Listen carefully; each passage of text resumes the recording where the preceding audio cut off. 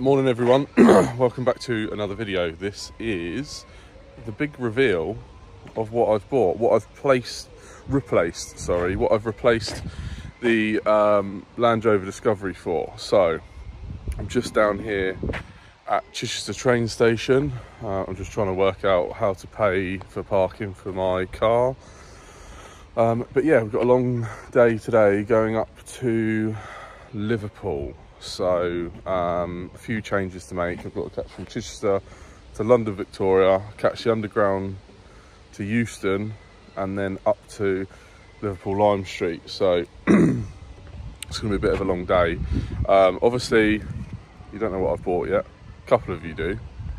But let's just hope it's worth the journey and hope it makes it back.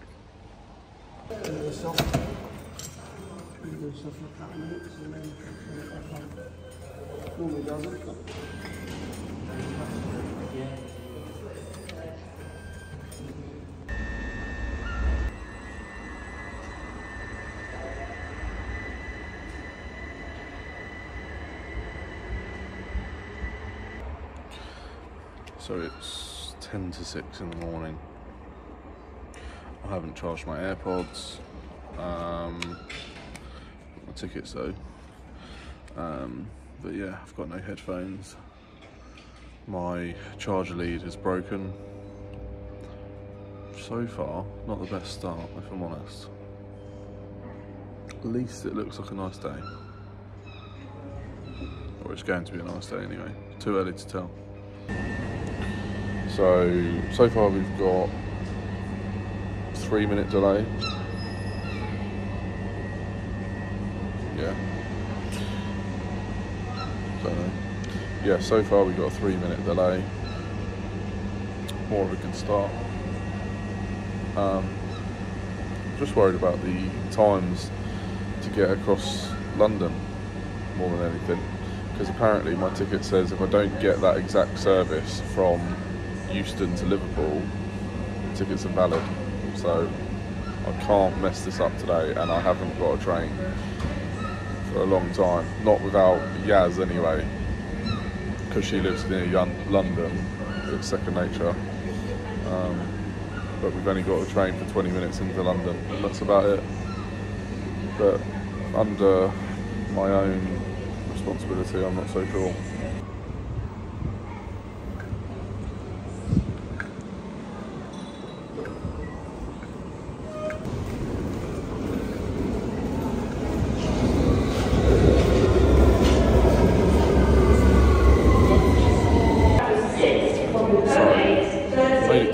So far, I don't have a clue what I'm doing. We can just start running, as you can probably tell. But it looks like I've got a bit of a wait until the next train, which says 8:43. It's a bit like an airport. Like I haven't been to one of these before, I don't know. But yeah, so I think it's time to get some breakfast and get my breath back from running up the stairs from the underground. So yeah, so far so good. Don't think I've made a mistake yet. Okay, so I don't know what I'm going to get. Just went to shop and it's £4.49p for a sandwich. And we don't even do a meal deal. You northerners will be cringing right now. Welcome to London. So all day breakfast to get. Oh, there's pigeons again.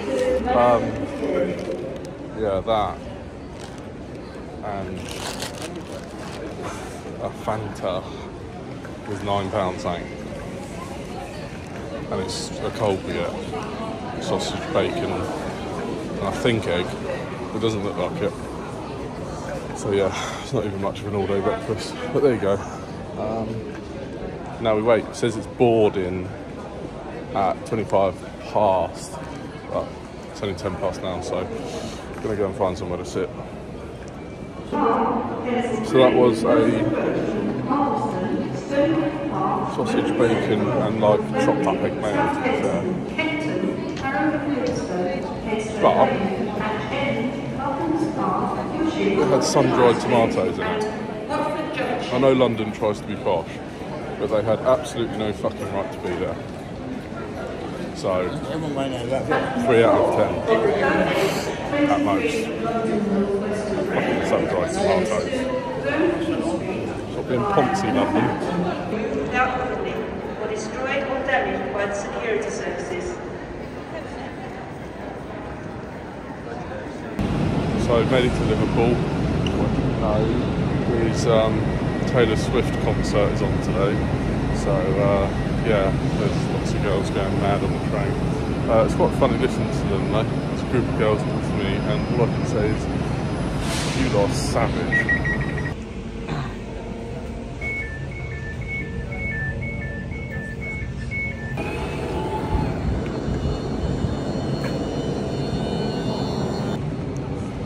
Right, so I'm here, Broad Green Station. I need to see if I can see it. Not going to show you yet. Still might not buy it. Basically, I'll give you one clue.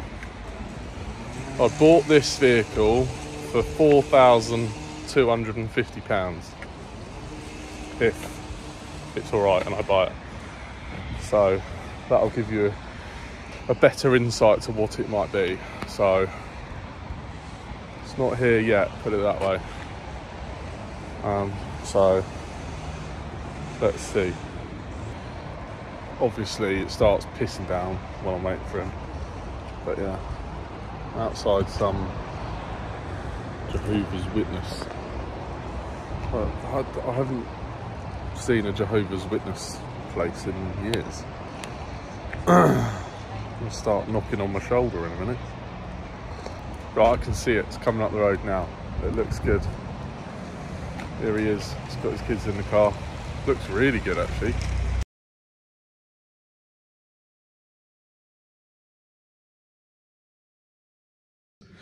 Right, guys. So a couple of days later now. I've only just found time really to finish this video. Basically, because driving home ended up in a disaster. So what I'll do is put this clip in now to reveal it, because otherwise it's going to give it away. But carry on watching and you'll see what happened with me driving it home. Yeah, it was a long day, put it that way. So anyway, I've had guesses.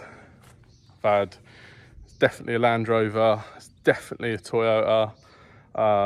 People have said patrols, people have said Jimny, loads of things, but actually only a couple of people have guessed this right, and I thought it was pretty obvious, but I did the little trick thing of going to West Coast off-road.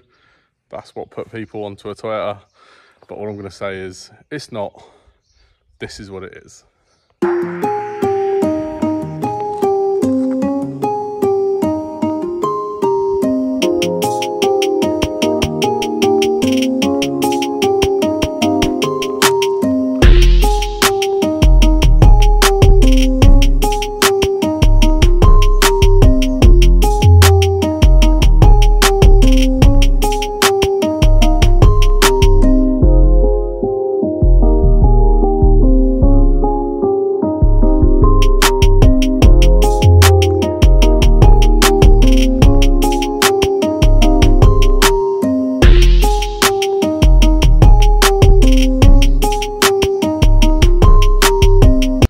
So yes, I've bought another Amarok, and what a beauty it is.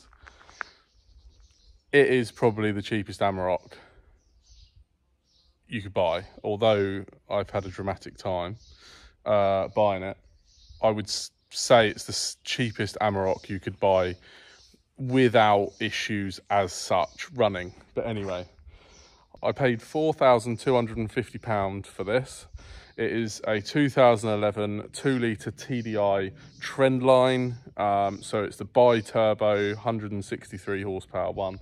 Manual, so it's got a low range gearbox and a whole load of goodies on it as well. So obviously the 20-inch Range Rover wheels with the Renegade tyres, all of that is coming off because we're starting afresh. But yeah, I've sorted the issue out now in regards to what you'll see.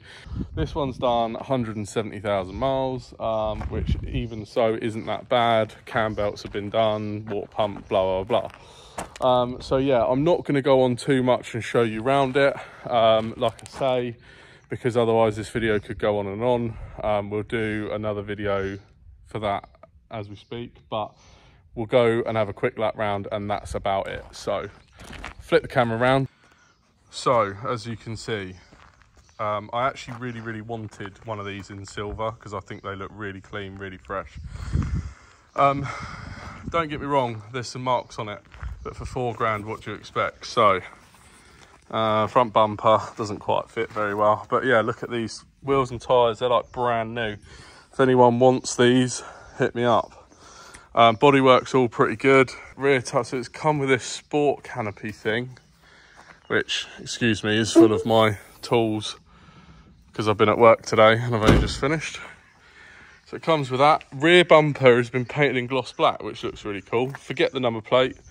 That is the previous owners, which I've obviously got to send back. These all do this. The rear tubs on Amaroks are a bit of a nightmare, but this is pretty minimal. So it's got the chrome sidebars, it's got the roof rack, again, all coming off, but tinted windows. So yeah, otherwise it's pretty clean. It's a good looking truck, let's be honest. It's a good looking truck. So I'm happy with it. I'm over the moon, bar, like I say, the drama, getting it home. Not sure what the plans are with this. So what I'm going to do is another video where we'll go through and discuss many options and what I'm going to do to it. Obviously, I've ordered some bits from West Coast Off-Road. I wasn't actually lying about that. They don't just do Toyotas. But being an Amarok, most of the stuff really for off-road you have to get from Australia. So like I say, the guys up there, Paul, Vicky and Reese, are good as gold, and I love them all to bits, and they have really looked after me with some goodies that I've ordered for this. So I hope none of you are disappointed that it's not a Toyota or not a Land Rover. Like I say, for me, a pickup was important. It was between this and a Hilux, I won't lie. Discovery TD5 was appealing just purely because of price point and modification price point. And also, a lot of my friends are Land Rover mechanics. However, I can't get around the fact that if you own one, you have a certain stereotype. That's all I'm going to say. Or you're part of a certain stereotype, and they're just not big enough. They're really not big enough. But I'm over the moon with this, and when Lewis came to Morocco in my old one, it made me miss it even more. It was probably one of the best cars there. Fuel economy was great, reliability was great. Bearing in mind it's done 230,000 miles now, so anyway. So yes, very pleased I am. It feels really good to be back in one. The only thing I can't do is Fingal Bridge and Devon because these are too wide, so it messes up my Devon trip very slightly, but I can sacrifice that. So anyway, carry on watching the video, see what disaster I had, and I'll see you on the next one. We'll talk about upgrades, we'll talk a bit more in depth about the car, and we'll start this new fresh journey of building the ultimate, or my ultimate, Overland vehicle.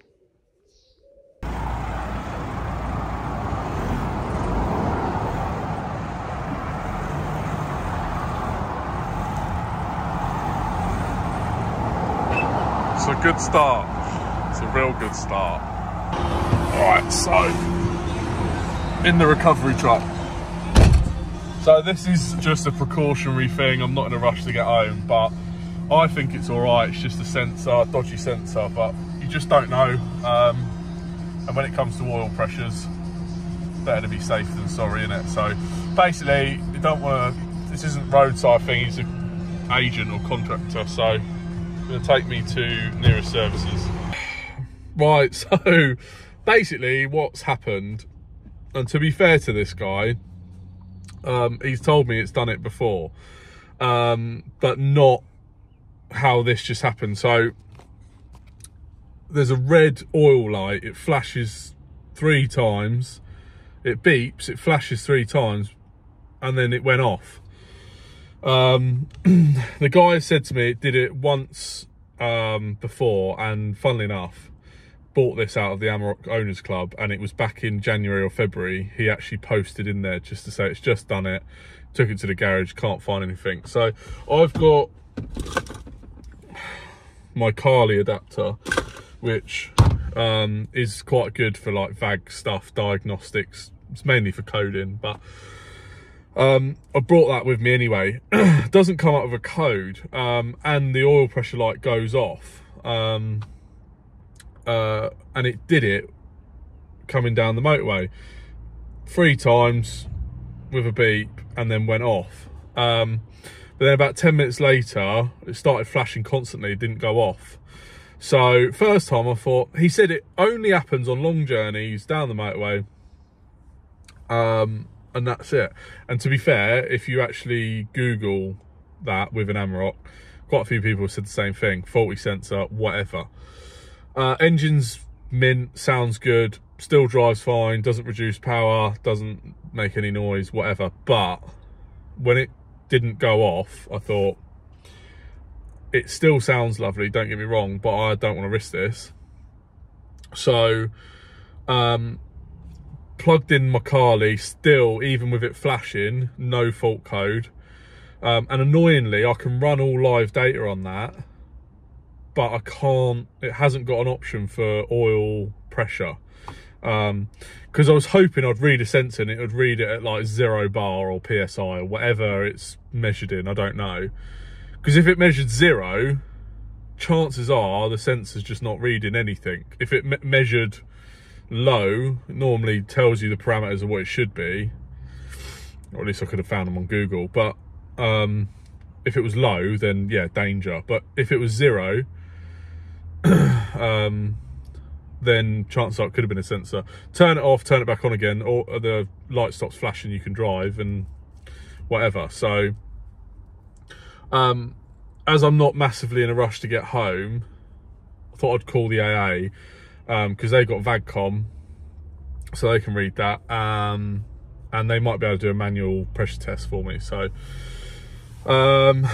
so yeah, but basically they sent out that guy, agent, his name was Robbie Williams, and he just had a very detailed conversation with me about his recent circumcision and having a catheter fitted. It was quite strange, but he's a really nice guy. I'm now in an Asda car park, and then they'll send out roadside guy to do whatever. So yeah, but yeah, I don't think it's anything serious personally. I think it's a sensor, but you can never be too careful, and there's no point me buying this to then fuck it straight away. So yeah, it's a cheap truck, it's going to have issues. Hopefully they're just not major ones. If it needs a new engine, then I might as well just chuck it away. But yeah, this is luck of the draw buying used cars. It's complete luck of the draw. So we'll see what the guy says when he comes out, which is hopefully not too long. Just seeing there's a McDonald's there and there's a TGI Fridays out there. So, but hopefully, normally the roadside guys don't take that long to come out. I only had to wait half an hour for the recovery. But yeah, I'm not actually worried about it. I'm pretty confident it's going to be something silly. Worst case, a new sensor, I think. But, you know, hopefully, I've seen a car lose oil pressure and it gets noisy quite quickly. So I'm fingers crossed it's not that, but we'll see. Anyway, right, so had the AA man come out. As you can see, I'm driving it. He couldn't find anything wrong with it, typically because I obviously switched it off. Even the light wasn't on, so I don't know. It sounds sweet. He knew quite a bit about Volkswagens. Said it happened to his friend's caddy, saying about this sensor, whatever. So we're just going to risk it. Fingers crossed. I'm just going to take it easy. If it does happen again, as in it stays on, then I'm going to ring them back and get it recovered. But it's now, whatever the time is, 10:30, 20 to 11. I didn't want to sit and wait for a recovery truck. And then where I'm still a distance from home, they probably wouldn't have got me home in one go, and I would have been here all night. So see what happens. We get home, and I'll probably update you in the morning now. Still doing it on and off all the way home, but yes, that is the correct time of that's the correct time. I just got home. I'm so tired I can't even speak, but made it. It's fine. I think it's a dodgy sensor, but it was good to be safe. So anyway, I need to get some sleep. Good night.